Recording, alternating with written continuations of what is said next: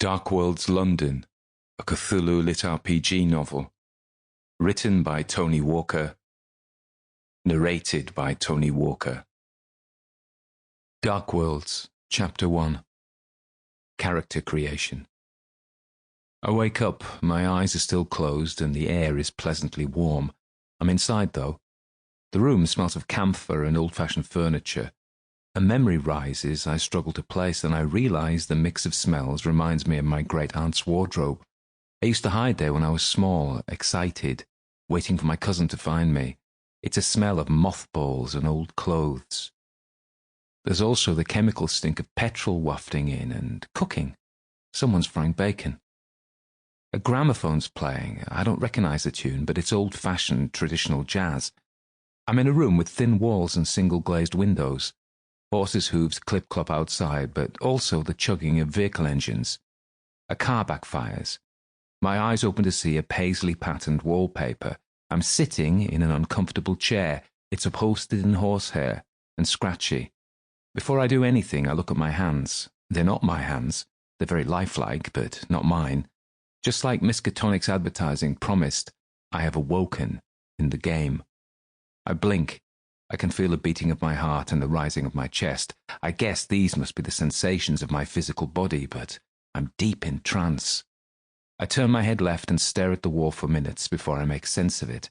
A mezzotint print of a rural scene hangs there. I blink again. There's a graphical display in my field of vision, words and figures I can't comprehend. They don't interfere with where I'm looking. I'm not alone in the room. I turn my head to the right and see a middle-aged man with a bald head. He wears a three-piece tweed suit and sits patiently, wearing scuffed brown shoes. He studies me with great interest. A faint smile plays on his face. "You're awake?" I clear my throat to speak, but then nod instead. It's less effort. I know I'm in game, but it feels real. He feels real. "Where am I?" "In London, Gower Street, in my flat." "Who are you?" Without moving, he says, "My name is Alistair. I'm here to guide you through your character creation." I glance up and point at the figures on my HUD even though he can't see them. "Can you explain what these figures mean?" "We'll get to that. I would imagine you're seeing a lot of zeros." I nod, lots of zeros. He smiles again. "You have no skills, no abilities. You are level 1. Pretty useless." I nod and repeat what he says. Pretty useless. I feel drugged. My head is clearing, but still I'm drugged. I guess it's the Dreamland Inducer tablet I took. I hope I get used to it and the side effects eventually wane. He continues, "But you can grow to be useful, to be special here."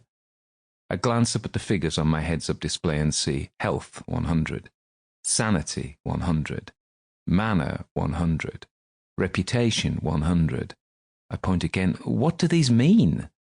"These are your 4 base statistics. Your health is, of course, your physical health, and if you're injured, you'll subtract damage from this figure. Your sanity is something you need to take special care of. Your mana is for casting spells, and your reputation is a similar statistic to your sanity. Both sanity and reputation affect how you progress in the world." "Is this a class-based game?" Alistair shakes his head. "Then how do I get on?" He sits forward, folds his arms, and says, "Choose a life." "Choose a life? How do I do that?" "Let's start at the beginning. What kind of character do you want to be?" I feel pathetic and juvenile, but it's true, what I say. "Badass, strong." We all want to be strong, that's why we play. Alistair raises his eyebrows as if he's heard it all before and is bored, even disappointed. Finally, he says, "Do you want to be someone who engages in combat?" I nod. "With firearms or magic?" That gives me pause. After less than a minute's thought, I say, "I like the sound of magic." He steeples his hands and touches fingertips together as if in prayer. Like a schoolteacher, he begins. "Your skills are initially determined by the life you've led.